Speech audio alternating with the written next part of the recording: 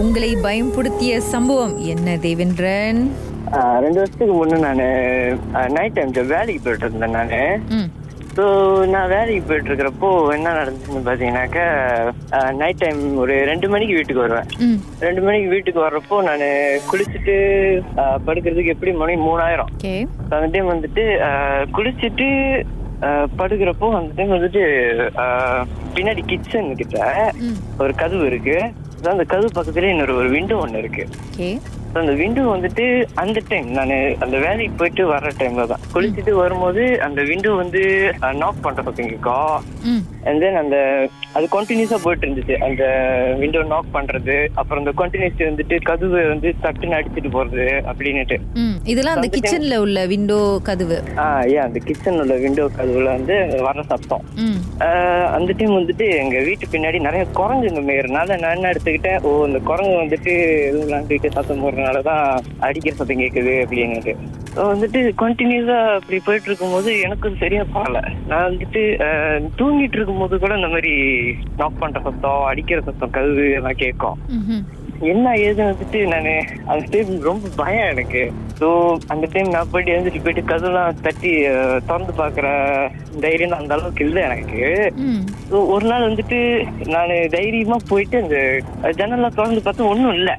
ஒண்ணுல வந்து படுத்ததுக்கு அப்புறம் என்ன நடந்துச்சுன்னு பாத்தீங்கன்னாக்கா, அந்த எப்படி சொல்றது, ஒரு மாதிரி இந்த ஒரு ஸ்கிரீன் பண்ற சத்தம், விஸ்பரிங் சத்தம் அந்த மாதிரி. இது நீங்க வந்து கதவு திறந்து பார்க்கும்போது இல்ல, கதவு திறந்து பார்த்துட்டு வந்து படுத்த பிறகு படுத்து 10 மினிட்ஸ் இருக்கும். ஒரு 10 மினிட்ஸ் 15 மினிட்ஸ் கழிச்சு இந்த விஸ்பரிங் ஸ்டார்ட் பண்ண ஆரம்பிக்கும். விஸ்பரிங் ஸ்கிரீன் பண்றது ஒரு மாதிரி. அந்த டைம் வந்து வீட்டுல யாரும் இல்லை. என் அம்மாவும் நைட் டைம் ஜாப் வேலைக்கு போயிடுவாங்க. வீட்டுல யாரும் நான் ஒருத்த வேண்டிதான். நான் என்ன பண்றது எனக்கும் தெரியல. நான் அந்த டைம் ஃபுல்லா தூங்கல. அன்னைக்குன்னு பார்த்து ஒரு மார்னிங், நான் எப்போதும் அந்த வேலைக்கு போற டைம் பார்த்து நான் மார்னிங் வந்துட்டு நான் எப்போதும் ஜாப் பண்ணுவேன். ஒரு ஏர்லி மார்னிங் ஒரு 6:30 இருக்கும். ஸோ அந்த 6:30 மார்னிங் ஜாப் போகும்போது நான் என்ன பண்ணுவேன், ஜாப் பண்ணிட்டு வீட்டுக்கு கால் கழுவாம தான் வீட்டுக்குள்ள வருவேன். நான் அந்த கிராஸ் பண்ணி போற இடத்துல உள்ளுக்கு ஒரு கிரேவ் யார்ட் இருக்கு. அந்த கிரேவ் யார்ட் வந்துட்டு இது வரைக்கும் ஒரு 7 வருஷமா அங்க யாரும் ஒன்றும் பண்ணல. ஸோ வந்து உள்ளுக்கு என்ன இருக்குன்னு சொல்லிட்டு நான் அன்னைக்குன்னு போயிட்டு தச்சையெல்லாம் போய் பார்த்துட்டு நார்மலா கால் கழுவாம வீட்டுக்குள்ள வந்திருக்கேன் நான் அந்த டே. இது வந்துட்டு நான் என்னோட நெய்பர் கிட்டலாம் சொல்லியிருக்கேன். நெய்பர் கிட்டலாம் இந்த விஷயம் சொன்னோன்னே அவங்க சொன்னாங்க, எங்களுக்கும் நைட் இந்த மாதிரிலாம் நடக்குது.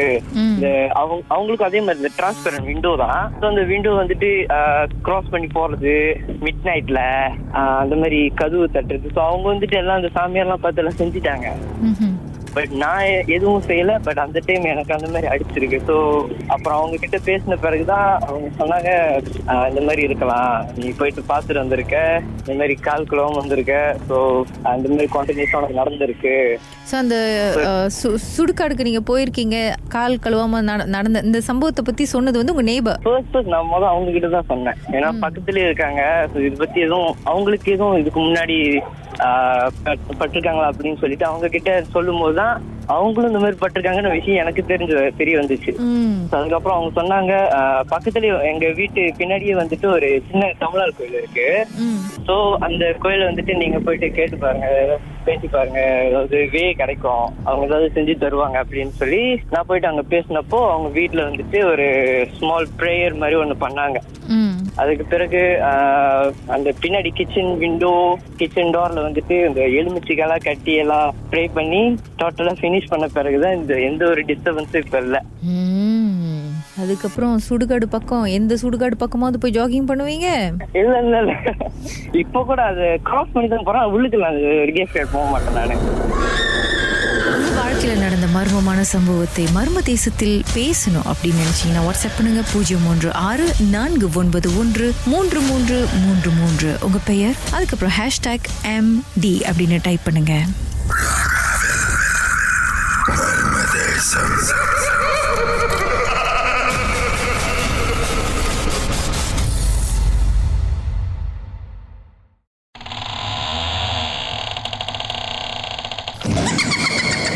நடந்தது என்ன திரு மோகன்?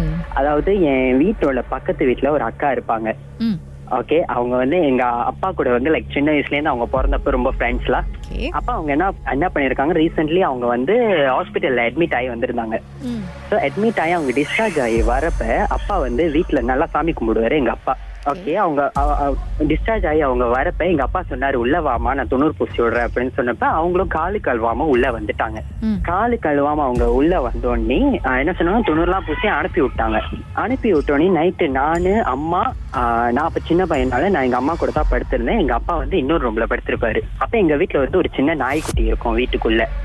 ஓகே, அப்ப என்ன பண்ண, நைட்டு வந்து கரெக்டா என் ரூம் கதவை யாரோ தள்ளுற மாதிரி ஒரு சத்தம் கேட்டுச்சு. அப்ப என் ரூமுக்குள்ள இருக்கிற என்னோட பப்பி வந்து குலைச்சிக்கிட்டு இருந்துச்சு, வேகமா குலைச்சிக்கிட்டு இருந்துச்சு. அம்மாவை ஏஞ்சி பார்த்தாங்க. அம்மா நினைக்கிறாங்க அப்பா தான் விளையாண்டுட்டு இருக்காரு போல, கதவு முதுவா திறந்து பார்த்து அப்படின்னு சொன்னோன்னே சரின்ட்டு நானும் போயிட்டு கதவை திருப்பி சாத்திட்டு திருப்பி வந்து படுத்துட்டேன். திருப்பி வந்து படுத்தோடனே திருப்பி இன்னொரு வாட்டி அந்த கதவு திறந்துச்சு. திருப்பி கதவு திறந்தோடனே எங்க அம்மா கத்துனாங்க, அப்பா கிட்ட கத்துனாங்க, ஏன் விளையாடிக்கிட்டு இருக்கீங்க அந்த மாதிரி அப்படின்னு சொன்னது. அப்பா ஏஞ்சி வந்தாரு, நான் ரூம்ல படுத்துக்கிட்டு இருக்கேன், என்ன விளையாண்டுக்கிட்டு இருக்கேன்னு சொல்றேன்ட்டு. அப்புறம் கொஞ்ச நேரம் சேர்ந்து நாங்க திருப்பி சாத்தி வச்சுட்டு அம்மா போய் படுத்துட்டாங்க. நானும் படுத்துட்டு அம்மாவும் படுத்தாங்க. ஆனா எங்க வீட்டு பப்பி வந்து விடாம குலைச்சிக்கிட்டே இருந்துச்சு. அப்ப கொஞ்ச நேரம் சேர்ந்து வேகமா அந்த கதவு திறந்துச்சு படார்னு. அப்ப அம்மா அப்பதான் பாத்துருக்காங்க ஒரு வெள்ளை கலர் உருவம் அங்க அப்படியே கிராஸ் ஆகி போனதான் அம்மா பார்த்து கத்திருக்காங்க. அம்மா பார்த்து கத்துனோடனே நானும் ஏஞ்சி வரேன், எங்க அப்பாவும் ஏஞ்சி வரப்ப எங்க வீட்டு பப்பி விடாம குலைச்சிக்கிட்டே இருந்துச்சு. அப்புறம் என்ன செய்யறதுன்னு தெரியல, வெளியே உள்ள கதவை வந்து எங்க அப்பா திறந்து விட்டாரு. எங்க அப்பா திறந்து விட்டோன்னு கொண்டா சேர்ந்து எங்க அப்பா வெளியே ரெண்டு உள்ளுக்கு வந்தோடனே திருப்பி எல்லாம் சாத்திட்டு படுத்துட்டோன்னே திருப்பி முதுவா அந்த கதவு திறந்துச்சு. அதாவது என் ரூம் கதவு முதுவா திறந்துச்சு. அப்பயும் என் பப்பி விடாம குலைச்சிக்கிட்டே இருந்துச்சு. எங்க அம்மா வெளியே போயிட்டு பாக்குறாங்க. எங்க அம்மா கிட்ட திருப்பியும் அந்த இது காமிச்சிருக்கு, ஐ மீன் அந்த உருவம் காமிச்சிருக்கு எங்க அம்மா கிட்ட. அப்ப எங்க அம்மா பார்த்து திரும்ப கத்தி, அப்புறம் திரும்பி எங்க அப்பா வந்து அப்புறம் வீட்டுல சாமி லைட் எல்லாம் திறந்து விட்டு பூஜை ரூம் எல்லாம் திறந்து விட்டு அப்புறம் திருப்பி எங்க அப்பா லைட்டா சாம்பிராணி போட்டாரு அந்த டைம், சூடம் காட்டி அப்படின்னு சொன்னோடனே தென் கதவை திறந்துட்டு கொஞ்ச நேரம் சேர்ந்து தான் எல்லாமே கிளியர் ஆகி அப்புறம் திருப்பி அந்த அக்காவை பக்கத்து வீட்டுல உள்ள அக்காவை கூப்பிட்டாங்க. திருப்பி கூப்பிட்டு வந்து மணி வந்து மறுநாள் திருப்பி வந்து நீ சாமி கும்பிடுமா, உன் பின்னால தொடர்ந்து என்னமோ வந்துகிட்டு இருக்கு அப்படின்னு எங்க அப்பா சொல்ல. அப்புறம் தான் வந்து அதுக்கப்புறம் எல்லாம் ஓகேவாயிருச்சு. எல்லாம் ஓகேவாயிட்டோடனே திருப்பி மறுநாள் அம்மா கேக்குறாங்க அப்பா கிட்ட, என்னங்க திடீர்னு இப்படி ஒரு இதெல்லாம் வந்திருக்கு நம்ம வீட்டுக்கு, எப்பயும் நடக்காதது அப்படின்ட்டு. அந்த டைம் தான் நானும் ஃபீல் பண்ணேன். ஆக்சுவலி எனக்கு வந்து கீழே ஐ மீன் அந்த கதவு திறக்கிறதுக்கு முன்னாடி கீழே எனக்கு யாரோ நடக்கிற மாதிரி ஒரு ஷேடோ நான் வந்து பார்த்தேன். சோ நான் வந்து பார்த்தேன். ஆனா நான் அந்த டைம்ல தான் எனக்கு எதுவுமே தெரியாது. நான் நினைச்சிட்டு எங்க அப்பா தான் விளையாண்டுகிட்டு இருக்காரு அப்படின்ட்டு. ஏன்னா எங்க அப்பா டெய்லி இந்த மாதிரி விளையாடுவாரு கதவு திறந்து. தேவையில்லாம அந்த நைட் அப்பாக்கு தேவையில்லாம பாட்டு வாங்கினதுதான் மிச்சம். ஆமா, பாட்டு வாங்கினதுதான் மிச்சம். ஆனா சீரியஸ்லி அந்த டைம் எல்லாமே முடிச்சிட்டோன்னே அதோட எனக்கு ஒரு ஃபோபியாவாயிருச்சு.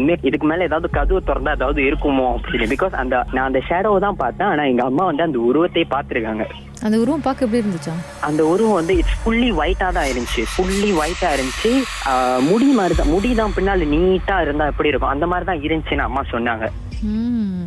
தென் அந்த கண்ணுகிட்ட வந்து ஒரு மாதிரி லைக் டார்ச் அடிச்சா அப்படி இருக்கும், அந்த மாதிரி கண்ணுகிட்ட இருந்துச்சு அப்படின்னு தான் சொன்னாங்க எனக்கு ஞாபகம். ஸோ அதோட 2 days தான் அம்மா காய்ச்சல் விழுந்து தென் ரொம்ப இதா இருந்தாங்க. தென் அதுக்கப்புறம் அதுக்கப்புறம் ஓகே ஆயிட்டாங்க. ஸோ அந்த பக்கத்து வீட்டு அக்காவும் அவங்களும் நல்லா ஃபியூச்சர் ஸ்டடிஸ் படிக்க போயிட்டாங்க. ஸோ இப்பதான் இப்ப லீவுக்கு வந்திருந்தாங்க. போன அக்கா திருப்பி வந்திருக்காங்களா? போனக்கா திருப்பி வந்திருக்காங்க. எதுவும் கூட்டிட்டு வர வருதா சரி. பார்த்து இன்னைக்கு யாராவது உங்க கதவை மறுபடியும் திறக்காம இருந்தா சரி. சும்மா இருக்கா, நான் செத்துருவேன். என்ன மனசுல நினைச்சுக்குங்க. ஓகேக்கா கண்டிப்பா.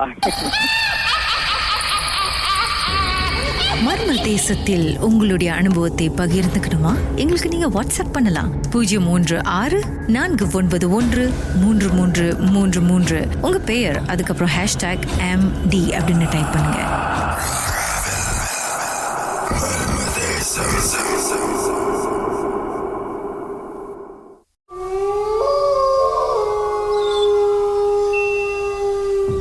ராகவில், இது மர்ம தேசம். வணக்கம் திரு ராஜ், என்னதான் அப்படி நடந்துச்சு? ஓகே, நான் வந்து என்ன ஒரு எக்ஸ்பீரியன்ஸ் பண்ணேன்னா, இதெல்லாம் டைரக்டா பார்க்கல, பட் கண்ணில் பார்க்காததோட இட்ஸ் பிசிக்கல் எக்ஸ்பீரியன்ஸ் சொல்லலாம். என்ன ஆச்சுன்னா, நான் வந்து என் வேலை இடத்துல வந்து இப்ப இருக்க வேலை இடத்துல வந்து ரொம்ப டிராவல் பண்ணுவேன். முன்ன பாஸ்ட் 10 years நான் ரொம்ப டிராவல் பண்ணுவேன். ஸோ ஒரு வாட்டி என்ன ஆயிடுச்சுன்னா, நான் அந்த மாதிரி யூஎஸ் போயிருந்தப்ப, அது என் ஃபர்ஸ்ட் யூஎஸ்க்கு அப்ப. ஸோ அப்ப அங்க போயிருந்தப்ப என் கல்லுக்கு வந்து என்ன ஏர்போர்ட்ல பிக்கப் பண்ணிட்டு ஒரு பங்களாவுக்கு கூட்டு போனான்.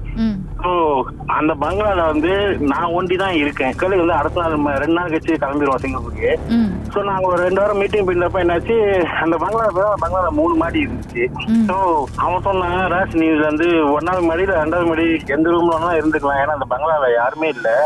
ஆனா 3வது மாடி மட்டும் நீ போவாத, ஏன்னு கேட்காத, 3வது மாடிக்கு போக வேணாம் அப்படின்னு சொன்னான். ஒருவேளை அதுதான் சந்திரமுகியோட அறையோ சார்? அதான் இருக்கலாம். நானும் அப்படிதான் நினைச்சேன். ஸோ நானும் சரி ரொம்ப பெருசப்படுத்திக்கலாம் ஒன்னும் சொல்லிட்டு விட்டுட்டேன். ஸோ 2 நாள் கழிச்சு நான் அவனை வந்து கலிபோர்னியால அந்த ஏர்போர்ட்ல போய் அவனை இறக்கி விடுறப்ப கேட்டேன், ஏன்டா அந்த வீட்டுக்கு போவானு சொன்னேன் அந்த ரூமுக்கு அப்படின்னு. அப்ப அவன் சொன்னா, இல்ல அது வந்து ஓனரோட ரூமு, நீ போகாம பாத்துக்க அப்படின்னு சொல்லிட்டான். நான் அதை பத்தி பொறுத்த ஒன்னும் கண்டிக்கல. பட் எனக்கு என்னன்னா அந்த ரொம்ப கியூரியாசிட்டி இருக்கிறதுனால நான் என்ன செஞ்சேன், அன்னைக்கு ராத்திரி வந்து நான் 3வது மாடியில என்னதான் இருக்கு கண்டுபிடிச்சே ஆகணும் சொல்லிட்டு போய் பார்க்கலான்னு முடிவு பண்ணிட்டேன். அப்ப நான் என் வேலைலாம் முடிச்சுட்டு ராத்திரி வீட்டுக்கு வந்து சாப்பிட்டு பிகாஸ் இந்த பங்களா வந்து எப்படின்னா ஒரு பங்களாவுக்கு அடுத்த பங்களாக்கும் ரொம்ப தூரம், ஒரு 500 meters to 1 kilometer அது மாதிரி வரும். ஏன்னா அங்க இடம் ரொம்ப ஸ்பாட்ஸ் இருக்குன்னு அந்த மாதிரி. ஸோ அங்க கத்துனா கூட ஏன் கேட்க ஆள் இல்ல.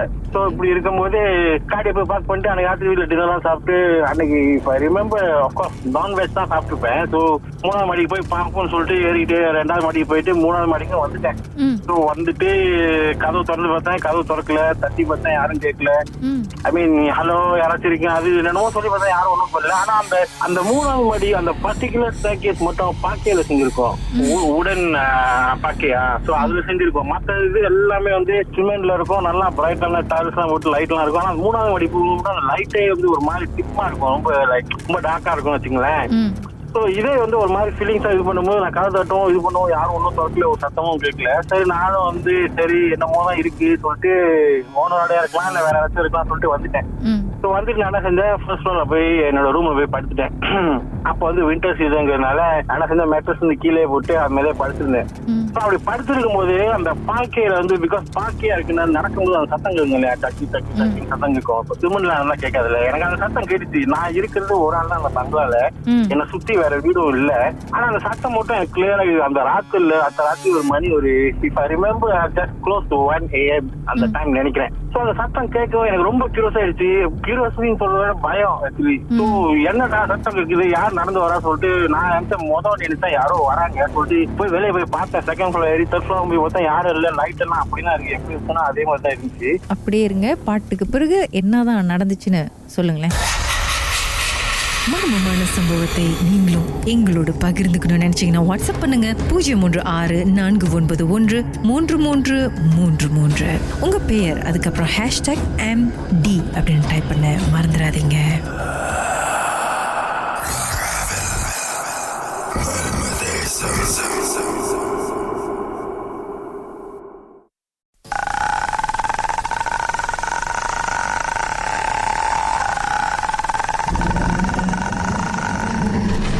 ராகவில் இது மர்ம தேசம்.